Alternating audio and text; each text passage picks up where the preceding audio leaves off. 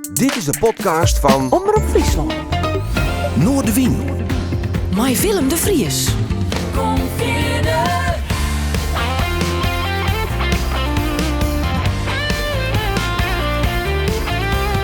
Alles wat er speelt.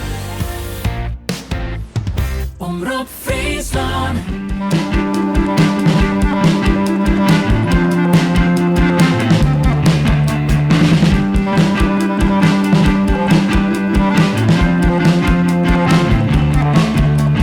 Thoughts and memories, fights and disagreements, children, seasons, melodies don't leave us, they wonder we'll come back.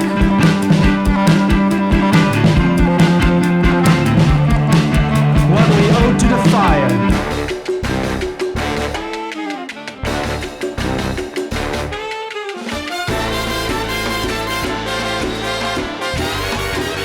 Dit is Noordewien.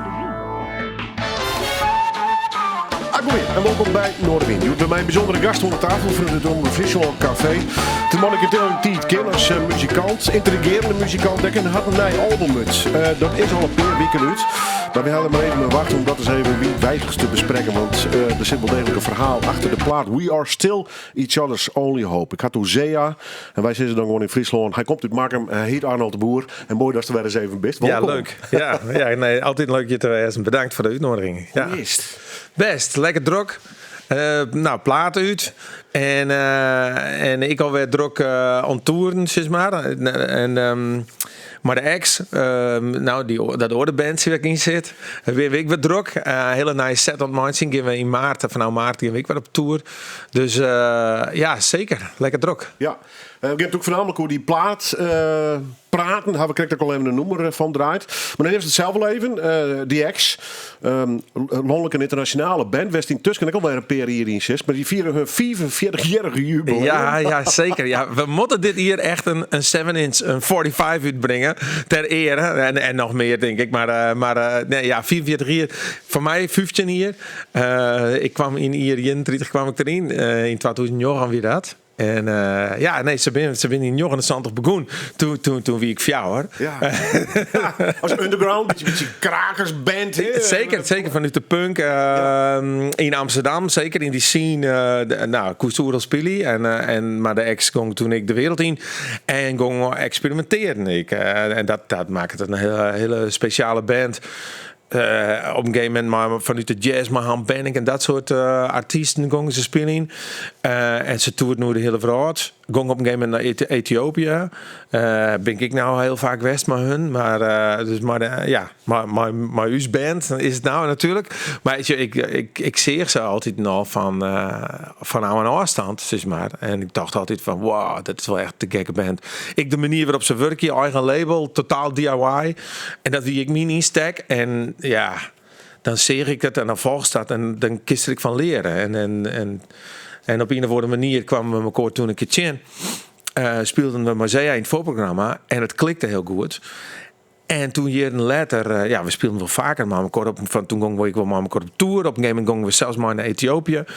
En toen had de GW Sok er maar op in 2009. En toen vond zij het een goed idee om mij te vregen. Vond ik een leuk idee. En nou weer wel 15 jaar verder. Ja, de rest is history. Ja. Straks ook weer weinig op praten, want er komt een... Ik weet het, wordt het letterlijk 44 optredens in 44 landen of net? Dat is wel een heel goed idee eigenlijk. Nou, ik zag een persbericht voorbij komen van... Ja, precies. Ja, dat is wel tennis en enthousiasme. Er wordt het om werken. Ja, zeker. Intrigerende band. Nou ja, en als het muzikaal nice kost 6, dan ik weet niet als toen naar de band groeit best of de band naar die, maar als de platen opzet, dan snap ik wel dat Arnold de Boer heel goed bij die ex past. Ja, nou, we eigenlijk maar weer... dat zou groeit of net? Op het moment dat ik erbij kwam, wie het echt massief jou, zijn we eigenlijk, we beginnen bij 0. We zijn eigenlijk gewoon weer naar je band. Ja. En we maken de noemers heel erg massief jou. Dus dan is het logisch dat mijn geluid er een onderdeel van wordt. En mijn manier van dwaan, mijn manier van spelen, mijn melodietjes, mijn jongen natuurlijk. Nou, dat is dan, dan wordt dat ik. En dat is te gek om te merken. We beginnen coverband van de oude set. En we maken altijd weer wat nice. Dus ja. Ja, mooi man. Ja, te gek. Ja, zeker. En last but not least, de vraag is ik naar mij een album wat nog uitkomen mat. Album, just me alone, het gaat door dub. Het is een soort, wat is het nou? Ja, ik neem het een remix album. Wat is het nou? Ja, dat is een Duits label, Krachtladen Dub. En die jongen die kent al een skoft. Hij organiseert optredens in Düsseldorf. En hij tradieert en ik wil spelen. En hij is nogal een fan van mijn muziek. Maar hij brengt ik dub uit. En hij kent een soort lui. En ik wil lui die ik dan weer ken. Hij zei op een gegeven moment van... moeten we net gewoon een remixplaat maken? Dat wie nog in coronatijd eigenlijk. En hij is... dat leek hem een goed idee. Het leek mij een te gek idee. Ik hou natuurlijk van dub en weet ik wat al. Dus... en zo kwam er een lijstje voorbij op een gegeven moment. Maar al je lui die daar wel nog toen in. En nou ja, hier naar het oorde nummer stroomde binnen. En wie fantastisch. Ik zei, ja, geweldig. Als er daar een plaat van uitbrengen was. Super, dat ben ik helemaal voor. Ja. Ik vond de titel wel heel intrigerend. Ja. Wat ik dacht toen ik lag. Ja, nou, dat is een deel van een versje. Maar ik dacht, het Duits label, internationale dub. Maar hij vond dat een hele mooie titel. En het is een stukje van een titel van een versje van mij al, van het album The Beginner. Staande ben ik vergeten wat ik dacht toen ik lag. En... Düsseldorf is net zo vier van de grens. Hij kan dat lezen, hij verstiet dat ook. Voor hem is dat mooie klank. En hij dacht, ja, kan dat net gewoon de titel lezen? Ik zei, tuurlijk kan dat de titel lezen. Dat vind ik mooi. Ja, zeker. Dus ja. Wauw, ja, nou al genoeg verhaal om een uur en meer eens met mij vol te praten. Maar we gaan natuurlijk muziek draaien van de plaat. Dank wel trouwens, ik kreeg vandaag de vinylen versie van We Are Still Each Other's Only Hope. Maar bij opvalt het is net een titel op de plaat bij een song. Zit het los van elkaar of is het een soort inspiratiezin? Hoe maakt de titel van het album duiden? Ja, nou ik denk de versjes en de titels van de versjes en de teksten. Er zijn wel wat nummers, als het noemen, de hyperobjects, wat echt een link heeft naar van hoe moeten we omgaan met de natuur, met de opwarming van de aarde. Hoe kunnen we zo'n fenomeen, wat ongrijpbaar is als het ware, zoiets als klimaat, weet je wel? Het is net een object dat pakken kist. Het is zo onmogelijk groot. De kist het net bevatten. Het is een hyperobject. En daarom, dat idee speel ik, weet je wel? Maar en er zijn andere dingen, zoals het versje wat we krijgen, een ontology, over hoe dingen uit het verleden elke keer weer omkomen op verschillende manieren. En was er maar dwammost. Ik denk de manier waarop wij met mensen met elkaar omgaan, of mijn idee van hoe we met elkaar omgaan moeten. Ik ben net in conflict, want conflict dat levert ik wel weer naar ideeën op. En een beetje verdeling is daar ben ik wel voor, maar dat idee van uiteindelijk ben we altijd nog elkaars enige hoop. We moeten het wel maken, we moeten wel van elkaar hebben. Als dat misgiet, dan giet uiteindelijk alles mis. Dus ja, het is een Engelstalig nummer. Dat is toch, ik gebruik het Engels vaak toch als een taal waar ik naar de vrouw en naar de mensen om me heen en naar het leven zelf. En zo. En ja, dan is dit toch weer een plaat waar ik de vrouw beschouw en daar ik op misschien filosofisch, poëtische manier, maar toch ik wil indoek en dan merk ik dat ik toch wel wat te vertellen zeg maar. Dus, dat is zeker een verhaal. Ja, absoluut. Dus, is het een verhaal van hoop of is het gewoon blijf bij jezelf? Of? Nee, dit is zeker wel van... het is wel ik wil wel dat die richting uit van hoop natuurlijk. Van dat we maar dat we van mekaars, dat we ook mekaars hoop binnen. Zeg maar. De plaat eindigt met een versje Wear Their Shoes. Dat gaat erover dat ik als het ware...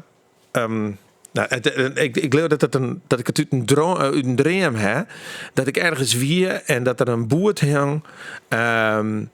De bijen moet hier squon dragen van de grote mensen. En dat is natuurlijk een soort van metafoor voor het idee van van welke toekomst jou overtrog, zeg maar. En moeten we net al de BN betrekken in sommige keuzes die wij nou maken. Nou, dat is een wat breder idee. Wij politici het ik wel over hè. Voor mij is dat dan een wat meer een poëtisch beeld, wat dan een veske wordt. Ja. Dat, nou ja. Hoe rest op dit stuit door de wereld trouwens? Wij zijn onderdeel van een westerse wereld die het moeilijk had op dit stuit. Ja. Waar maar we heen, welke kant maar het op? De democratie had het moeilijk. Ja, in het verlengde daarvan ook de rjochtsteert. Ja. Dat hele verhaal. Dus het Westen worstelt, had je dat. Nou, Amerika, Nederland, Ja. West-Europa. Er we al hier rond ziek in binnen. Van de Brexit, dat Wilders is maar. Ja. Doe komt een in Afrika. Ja.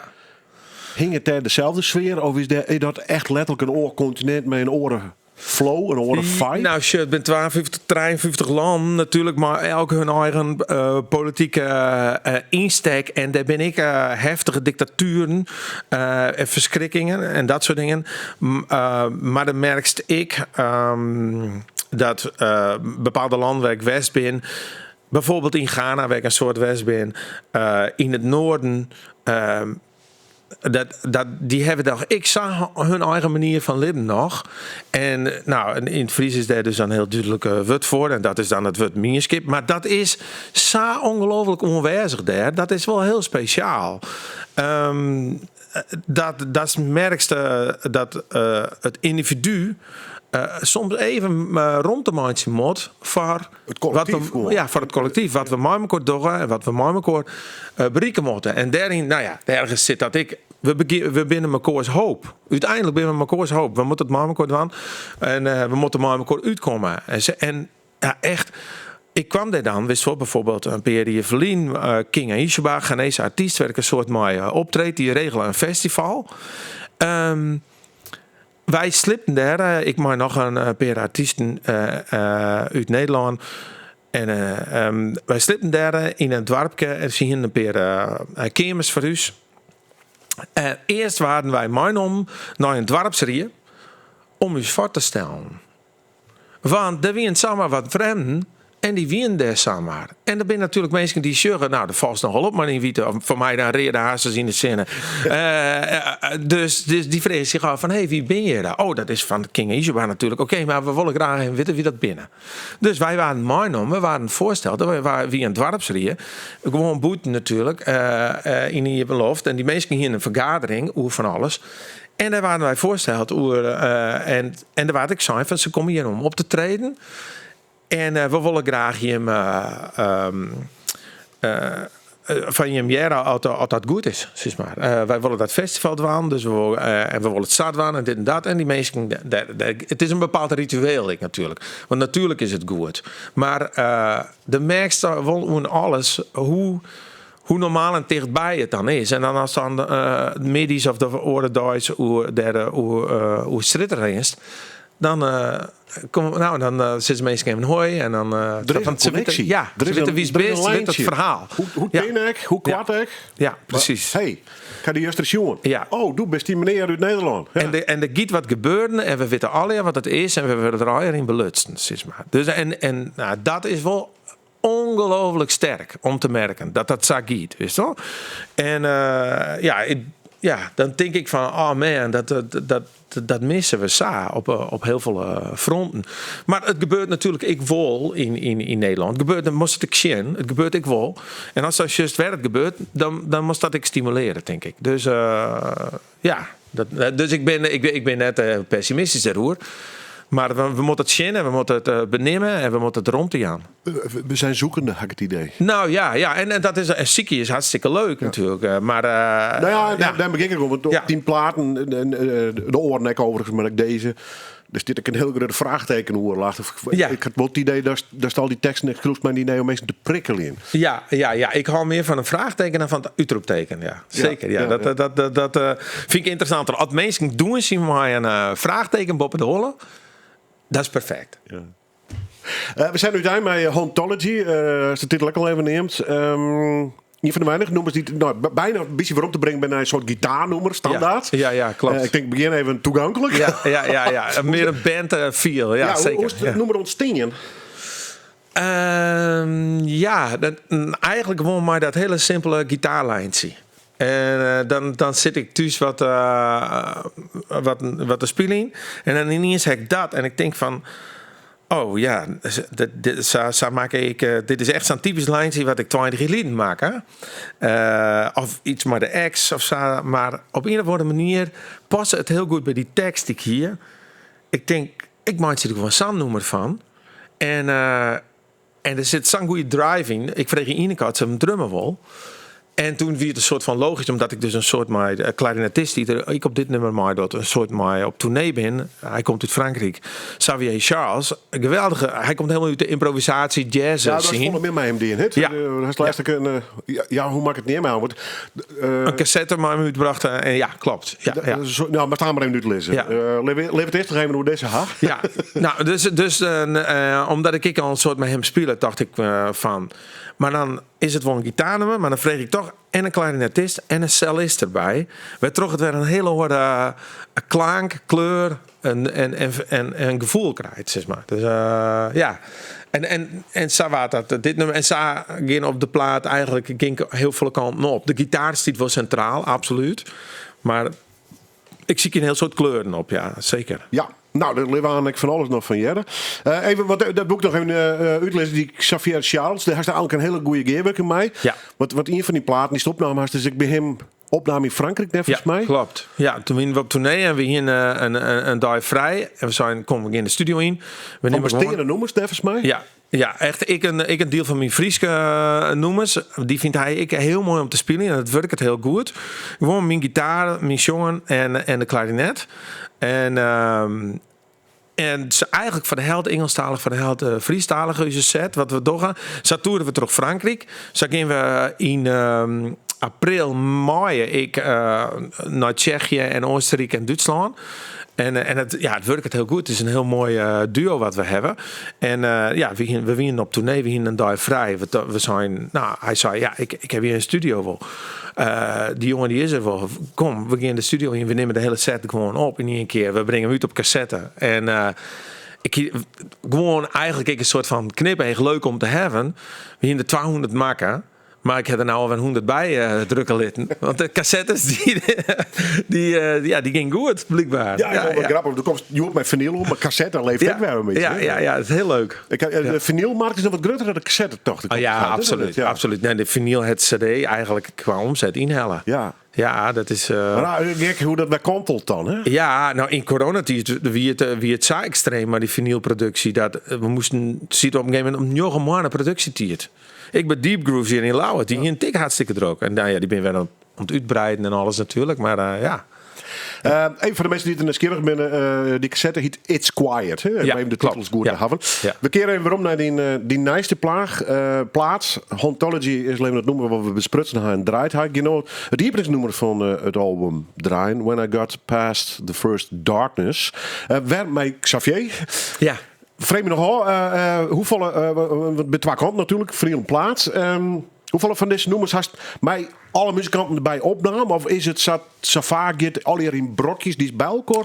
Ja, deze is knippen, plakken moest of zo? Deze plaat is wel echt vanuit mij begonnen. En een aantal nummers ik nog in coronatijd een beetje ontstoen en opbouwt. En ik heb wel een soort je werken inderdaad met op verschillende momenten dingen opnemen. Maar de drumster heb ik gewoon een paar nummers gewoon in de studio machine 2 in één keer inspelen. Ineke Duivend voor is dat, hè? Ja. We gaan er straks verder op praten. When I got past the first darkness. Zea. Saw that love been threatened. I grabbed my sword and fought with passion.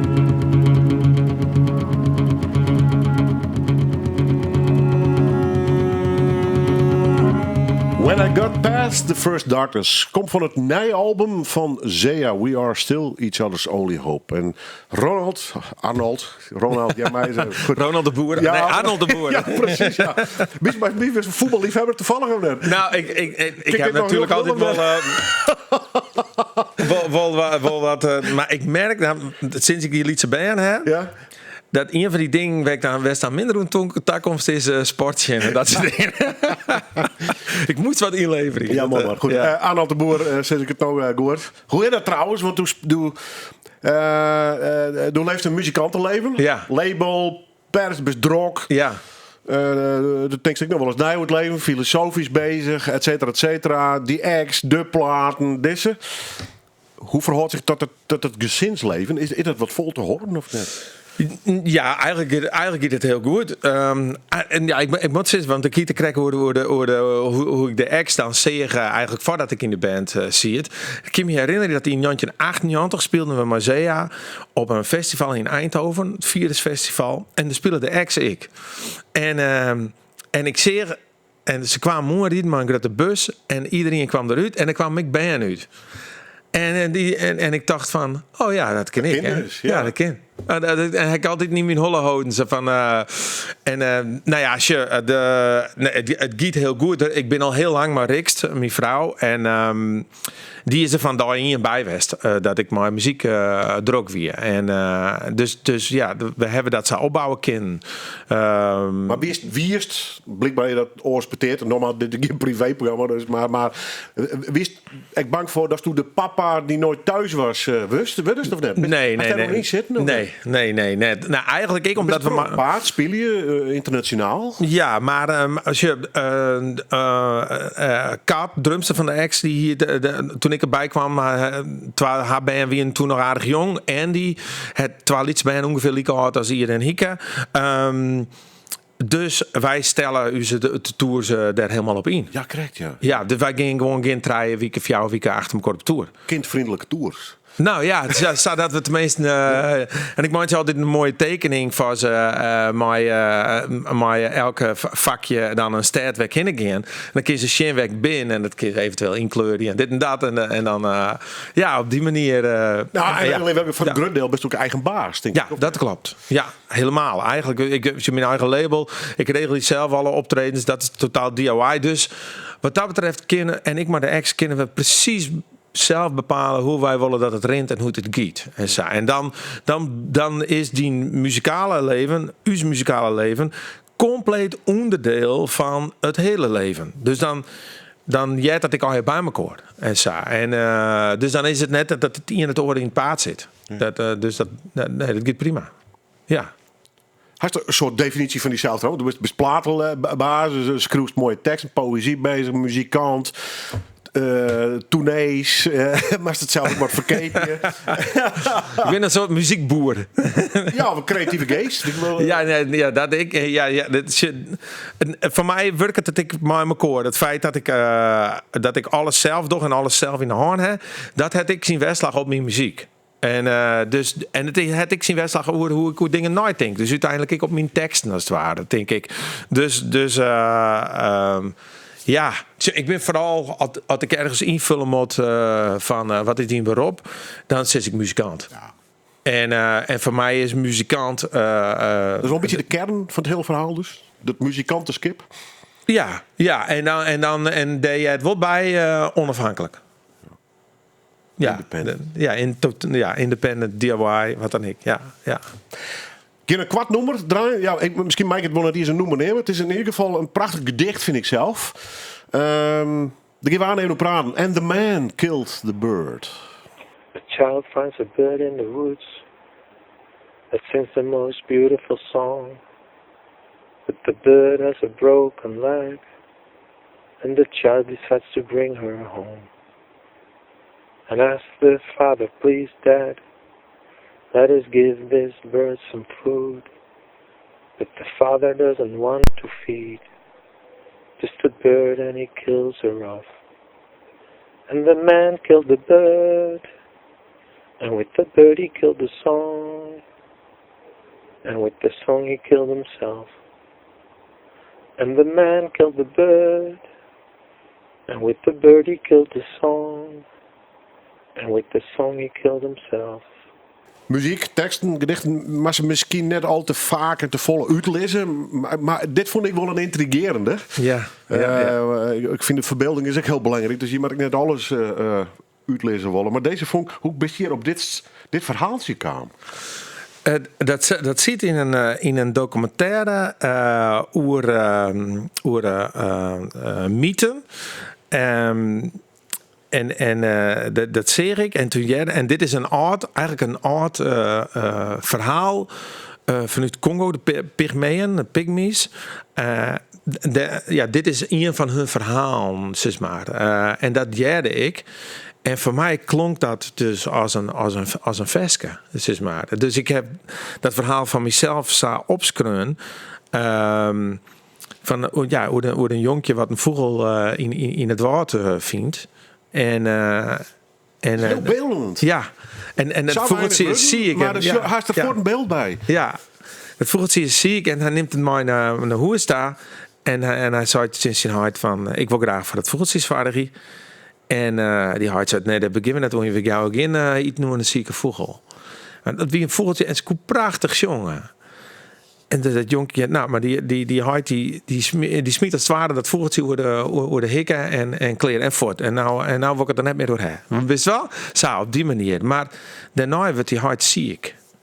En op een gegeven moment gaat die hart deur. En dan is dat het verhaal, de kern natuurlijk van dat verhaal van die mensen is dat van Tinkerom was dorst, want mij de muziek als het ware, en dat is dan een van die dingen die ik eruit haal, van als de muziek van de vogel deur maken, als de vogel deur maken ze de muziek deur, als de muziek deur maken dan gaat het zelf ik. Dus nou ja, dat voor mij is dat inderdaad dan ik denk dat wordt dan. Ik show dat en ik schreeuw wat dingen op en dan zit ik daar letter uit de shin en dan wordt dat dit en dan komt er een melodie bij. Ik ken me hartstikke nog veel iets voor die, maar ik kan me hartstikke voorstellen als een verhaaltje in de eerste keer is, dat bijna een soort piekenvel krijgt. Ja, zeker. Ik viel iets, ik krijg hier iets. Ja. Dit is een cadeautje, bij wijze van spreken. Ja. En ik maak hier iets mee. Ja, absoluut. Ik ben geen muzikant, maar dat kan ik me zo goed voorstellen. Ja. Dus ik, oh, ja. Ja. De griezen gaat die hoor haast. Ja. Nee, maar dat is zij. Ja. Dat is elke inspiratie wordt al. Maar dus ik wel uit films of documentaires of dingen gewoon dan krijg ik op het juiste moment. En dan moet ik hem even stopzetten en dan moet ik even wat opschrijven en dan ja. In dit geval weer de tekst eerst en de muziek de pas daarna. Ja, dat is echt zo. Het is net echt een heel uitsprutsen nummer, muzikaal, jongen, maar zit toch een melodielijntje? Ja, dat is dan echt dat het ritme in die woorden maakt het voor mij dan op een gegeven moment de melodie. Dat komt er dan bij.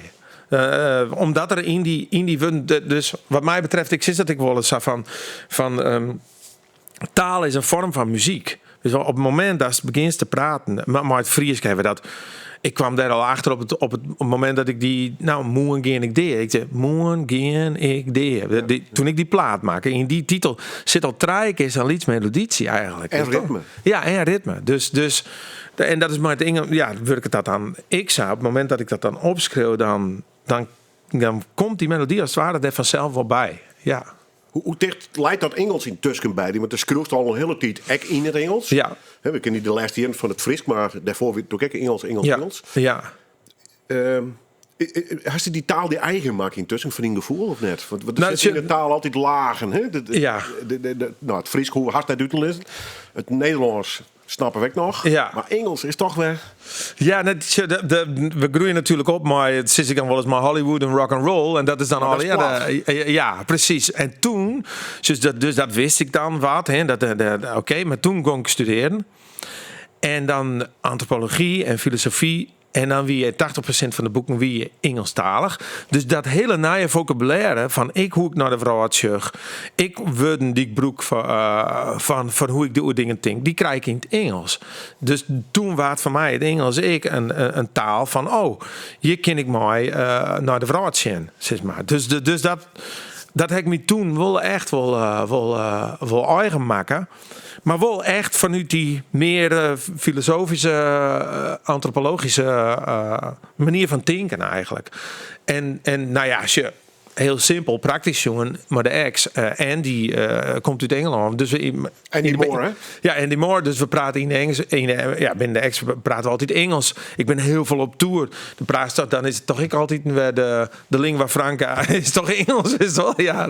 Dus dan op een gegeven moment wordt dat wel een deel van diezelf. Ik kan me voorstellen, ja. Ja. Maar goed, dit gaat wat verder dan mijn Frans. Absoluut. Duitser wat Engels brabbel hier. Ja, zeker.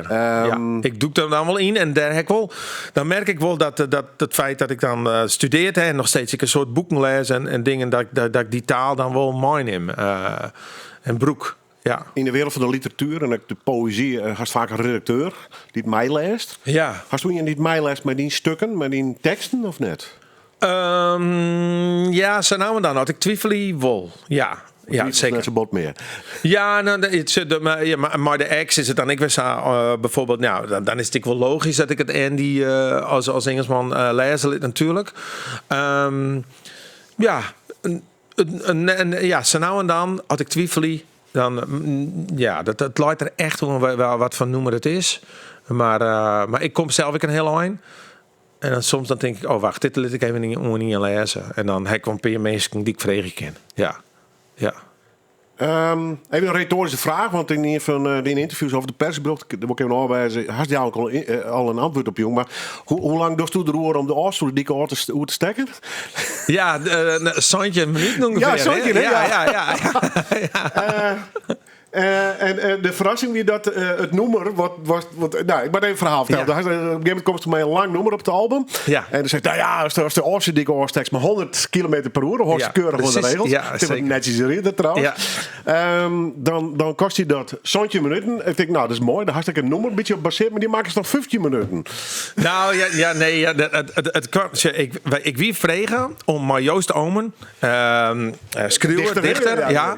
om een muziekstuk, mijn verhaal van Joost, te maken voor de Afsluitdijk. Baken Afsluitdijk wie dat. Dus ik wie daar maar dwaande en ik zie het in die sessie van, in Amsterdam, bij mijn jonge hoeken, nou, een verhaal, maar daar heb ik een soort opnam. Daar is een tjerke, daar ben we wat mij aan het dwaan, aan het ombouwen als het ware. Ik heb de kaai. Ik ging zo nou en dan de jongens zitten. En ik ging daar zitten spelen en op te nemen. En ik was bezig om dat muziekstuk voor dat verhaal van Joost te maken. Dus ik zie te spelen en dit en dat. En zag ik een paar dingen opnoemen. En op een gegeven moment ik dus dat ding van Joost, dat ik dus, dat voor Baken Afsluitdijk, dat weer clear. Maar ik kijk nog een oor idee. Dat wil ik uit proberen. En ik begon gewoon te spelen. En ik dacht, Sjen, als ik op 20 minuten nu kom. Maar ik kwam krijg op 15 minuten nu. Maar ik vond het wel mooi genoeg. Ik dacht, nou ja, dit is wel perfect voor op de plaat. Want het past wel heel erg bij de dingen die ik mind en die ik toch. Dus, een beetje gas erbij jou. Dat is een mooie bij ons. Ja, nee, zeker, ja. Ik vond een mooie haak even op het verhaal van what the world needs now is understanding. Ja, baaf, in één keer 15 minuten. Ja. Even los van de Oorstoeldik en dat verhaal. Ja. Wat grappig is. Plaats, er zitten gedichtjes bij, minuut, best experimenteel. En dan is baaf, het is ook een soort klapping op die plaat. Hallo, wat gebeurt hier? Wie dat ik een beetje, is het een soort skok-effect, was teweeg brengen? Was het bij de luisteraar? Ik hield nog nooit die is zo'n lang nummer en ik dacht echt van, ik wil gewoon kant B van de plaat beginnen met 15 minuten dat de repetitieve minimale gitaar idee. Ik mij als titel, dus het is instrumentaal, maar what the world needs now is understanding. Dat is ik dacht van oké,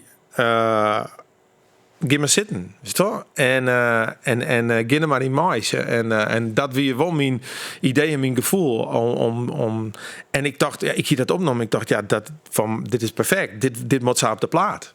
Ja. Het heeft het heiligkennis, we beginnen er een stukje van draaien. Vergeeft u mij dat ik het nummer net wel draai een keer, maar dan kom je op de keiharde lessen van Radio T. Ja, precies. What the world needs now is understanding.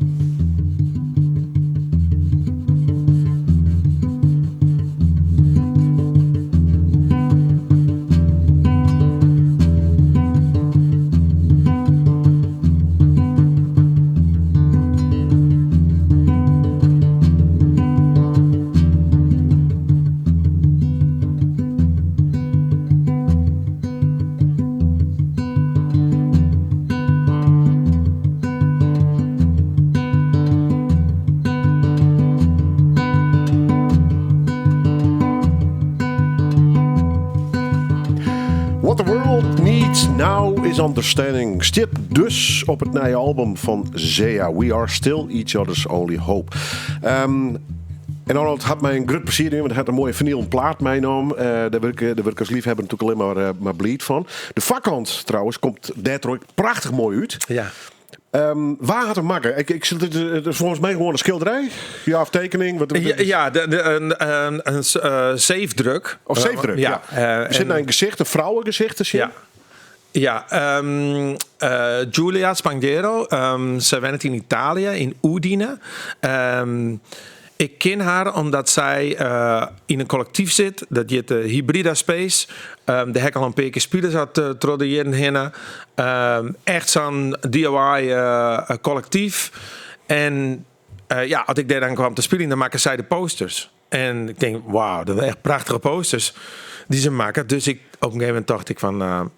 ik vreeg haar altijd een keer een hoes van mijn plaat, maandje wel. Ja. En toen stuurde ik haar de titel en een Veskes. En toen stuurde zij dit waarom. En ik dacht, perfect, bedankt, super.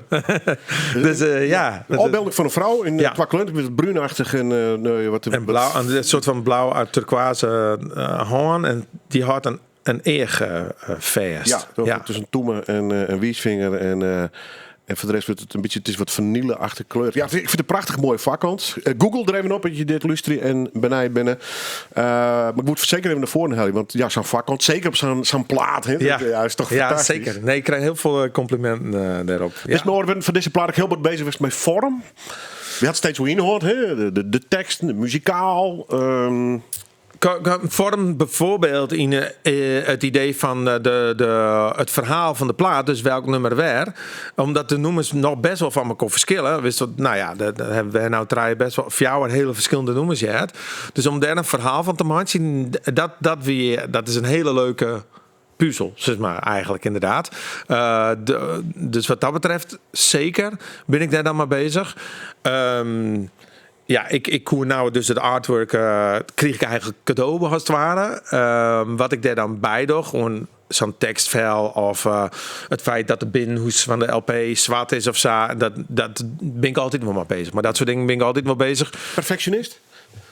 Ja, ik denk het wel, ja, eigenlijk wel, ja. Ja, daarin, ja, maar dat is ik dan wel fijn dat ik dat dan zelf al hier... Doch, ik stuur het zelf al naar de fabriek daar. Dus ik kan het zelf ook al controleren en checken. En de liedse dingetjes eruit halen. En ja. Best eigenlijk wel hartstikke wel een dij dat ik gaat verdamme, maar ik alles zelf doe. Tuurlijk. Ik word dan wel eens uitbesteden. Absoluut. Geneuzel, releases, kleurtjes. Oh man, ja zeker. Want het is wel heel veel tijd neemt het en alles. Ja, en dan, altijd door de creatieve kant, maar het is echt een hoop geneuzel. Ik zit aan seks, drugs en e-mails. Zit ik dan. Ja, dat naast de DIY. Deadlines. Ja, precies. Naast de DIY zit ik dan van graag zo nou en dan ik even het LSDI. Het let someone else do it. Ja, nou ja, dat kan ik me heel goed voorstellen. Ja, ja nee, dat is... als een gezin, en lekker om het al jezelf te doen. Lekker eigen wies, maar toch. Ja, het is wel heel veel werk. En ik, omdat dan die verantwoordelijkheid heeft, omdat ik platen van oorden uitbreng en maar deadlines en dit en dat. Dan moet ik dus er heel erg om denken dat het creatieve proces, gewoon zitten, hollen leeg en naar je nummersmindje, dat net in gedrang komt. Maar dat is moet ik altijd heel erg bij mezelf van fjocht zien. Van die. Maar dat is dan ik wel eens van op een gegeven moment dan word ik zo zagrijnig, dan weet ik oké, nou kan ik niks meer doen, nou moet ik gewoon muziek maken, want anders blijf ik zagrijnig. Er is geen andere keuze. Ja, precies. Even deze plaats in een soort historisch perspectief te plaatsen. Zit hier een hele hoorde muzikant, een hoorde Arnold de Boer als in de tijd van Kauto toen idiot of zij is nee voor 80-90% was al daar kan je nog wel leven, dat snap ik al even, maar Alfred Gustendeel maakt nog steeds met dezelfde intentie, met dezelfde inhoud, met dezelfde emoties, muziek. Ja, of zit je in totaal horen Arnold? Nee, voor mij zit het wel in dezelfde lijn. Ik heb natuurlijk een paar platen maken, maar totaal over de top, stuiterende elektronica en weet ik wat al. Ja, maar dat is muzikaal. Ja. Maar de persoon? Nee, de persoon is wel... natuurlijk, ik groei en ik leer elke dag en ik ontwikkel me wel. Maar qua insteek en qua energie en focus en enthousiasme... maar hoe ik met muziek bezig ben...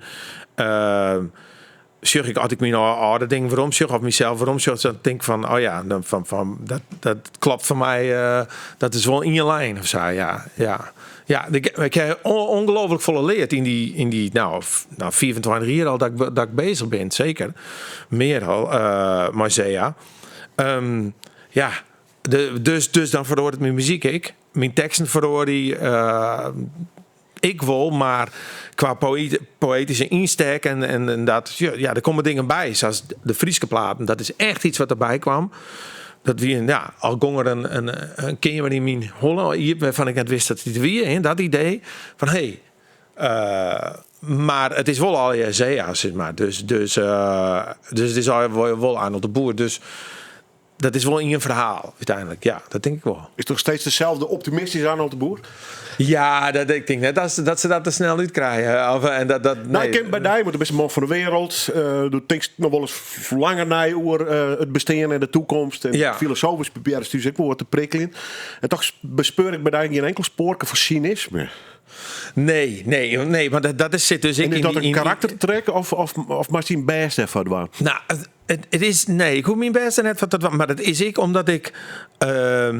Dus ja, uiteindelijk is het dus lukt om mijn muziek de wereld uit te gaan. Ik kom op zoveel verschillende plakken. Ik zie zoveel verschillende mensen spreken. Ik heb zoveel verschillende verhalen. En toch merk ik hoe dicht mensen eigenlijk bij elkaar staan. En hoe voelen ze eigenlijk op elkaar likkie. Dus voor mij is het dan zo logisch dat er... we komen er altijd wel uit. Dat denk ik dan. Ja, of het moet heel erg misgaan en dan ging ik wel op de barricade zitten. Dan ging ik wel in protest. Maar mijn insteek is wel van... Nou jongens, hier kunnen we altijd wel uitkomen. Want... eigenlijk zitten we heel erg bij elkaar. Hebben we heel erg gedeelde belangen en ideeën en verschillen we helemaal net zo vol van elkaar. Dus dat is echt, maar dat is net alleen een soort van blind optimisme. Dat is wat ik zeg. Dat is als horen mensen dat net zeggen, dan moet ik ze dat vertellen. Dus dan broek ik muziek en teksten en dingen. Ik wil voor dan, denk ik, ja. We gaan even waarom in de tijd. Ja. Even zien, misschien kist het noemen, maar misschien ook net.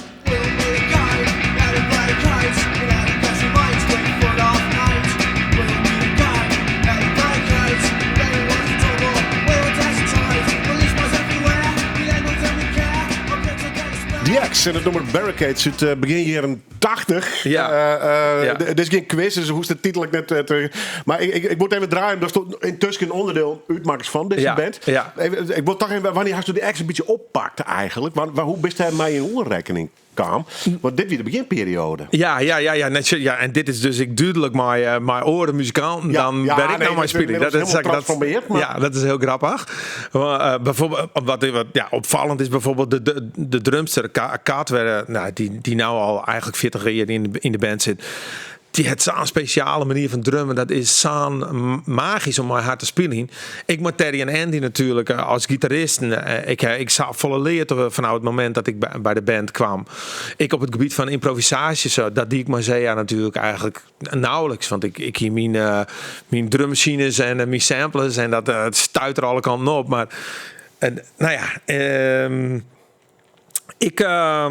de X, ik voor het eerst...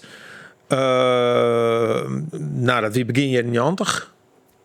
Ik werd een krek in Amsterdam en de drummer van Zea op dat moment, Michiel Verburg, die draaide dat. Die zei van, dat moest jaren, de X en de Kift. En dat vond ik wel te gek. En op een gegeven moment zag ze dan voorbij komen en dan zag ze was op een festival of zo. En dan wisten ze dat we gewoon heel duidelijk van die bands die wij te gek vonden, zoals Sonic Youth en Fugazi en Shellac en zo. En daar speelden zij ik mooi, weet je wel. Dus dat is echt zo van, wauw, het is wel echt een speciale te gekke band, weet je wel. Ja. Dat, ja, zeker. En grappig hoe dat bij elkaar kwam bij een voorprogramma van hun. Ja, wij speelden dan op een benefiet in het voorprogramma. Zien te eten en het klikte heel erg. Ja. En dan weer een dikke lol. En toen vreeg de ex wat vaker in het voorprogramma. En dan was het vreun. En dat drukke periode voor die eerst. Want dat is natuurlijk maar dit album, We Are Still Each Other's Only Hope. Drok West in Tusken. Ja. Is die toen al helemaal aan? Nee, ik ken nog wel een aantal optredens, ja, zeker. Ik maak Xavier, maar de klarinetist, want dat spelen we ook een soort nummers. Dus gewoon maar Twaan als duo van deze plaat. Gaan we nog terug Europa. En ik heb hier en daar gewoon ik heb een aardig lijstje tot in de simmer. Ik denk een stuk of 20 optredens musea. Maar we gaan maar de exik dus op paard. En lekker druk maaien. Ja. Oren dynamiek, kijk. Want hier is mijn band op paard. Ja. En de rest is natuurlijk hartstikke solo. Solo of duo, maar heel oors. Ja, zeker. Ken ik heel lekker wijzen. Ja. Of niet? Ja. Ik koer dat solo, Zea solo, zeg maar, dat vond ik prima. Omdat ik daarnaast dus ik een band in een band speel. Ja. Dus dan want ooit zie ik misschien dat bandgevoel wat te volle mist eigenlijk, denk ik. Ja. Aparte dynamiek, hè, een band. Ja, nee. Beetje al in busker, humor. Ja, en alles. Hoeren, reizigen, wachtje, ellende, dingen kapot, weet ik veel. Ja, zeker. Ja. Dingen kwiet. En en wurg, hè. En dan toch weer energie krijgen. En dan weer helft het waai, zeg maar. Maar ja, omdat is dan de adrenaline en alles en dan en op een gegeven moment is het helemaal als dan wat langer op paard bent, dan krijg je als het ware hetzelfde bioritme. Het is helemaal veel koor heel goed doen. Dat is heel apart, ja. Dan, maar heel speciaal, zeker. Ja. Ik je voorstellen. Goed. Maar die ex dus op tournee in verband met het jubileum 44 jaar onderwijs. Bestiet de band, ja zeker. Ja, unbelievable. Dat is fantastisch. Als Zea dus ik nog een aantal optredens te geven, maar dat lijkt van de hoorn natuurlijk. Ja. Album is uit. We Are Still Each Other's Only Hope. We eindigen deze aflevering met iets nice. We hadden al even een hoorn. Dub, daar wil ik nog even wat van draaien. Wanneer komt die officieel uit? Dit is de plaat. Zeg februari. Ja, precies. Ja. Een remixplaat, ja zeker. Heel kwart, de benauwde remixers, die stek kist persoonlijk of niet? De meesten ken ik persoonlijk, ja. Nou, een daarvan is gewoon Andy van de Ex, Andy Moore. Een aantal van die oren ik wil er een keer mooi spelen. Sinds maar het podium dealt, sinds maar dus Knarre Verellum bijvoorbeeld, die komt op Zandje in februari naar de Okkie in Amsterdam. Dan wordt de plaat gepresenteerd. Special guest, de Dokkum lokaaltje, by the way. Kijk. En die Moore is dan DJ en ik speel die dan. En dan wordt de plaat gepresenteerd. Maar ja, dus een aantal van die artiesten die dus een remix maken. Hè, de Hexa tradieren hin. Ik wil maar op het podium staan. Het podium maar dealt. Of op een festival of dit of dat. Dus een aantal van hun koer ik wel. Maar die jongen van het label, van het Duitse label, die kennen hun dus ik. En die dwarsten hun tevreden van... Wil je hem net even een nummer van Zea even helemaal onder handen nemen? Hij wil een eigen nummer zelf remixed of net? Ik van... Het is net die broek ook, hè? De maat altijd die remixen. Die is het zelf dan kennen. Net... Ja, een liedje vol op een bepaalde manier misschien. Ja, maar nee, net echt maar die intentie. Nee. Het ligt onder remixes. Ja. Goed, leuk dat ze weer is. Dank u wel. We beginnen een van die plaat draaien. Nogmaals, het komt pas in februari uit. Maar ik ga toestemming krijgen om er alvast een nummer van te draaien. Arnold, mooi dat ze weer is. Dank u wel. Graag gedaan, leuk. En nogmaals, succes met het album. Maar dat weer de aanleiding om daar uit te nodigen. We Are Still Each Other's Only Hope. Op internet wat te vinden en oors even via Mackem Records, denk ik. .nl, zeker. Wat wil je nog meer? Dank u wel.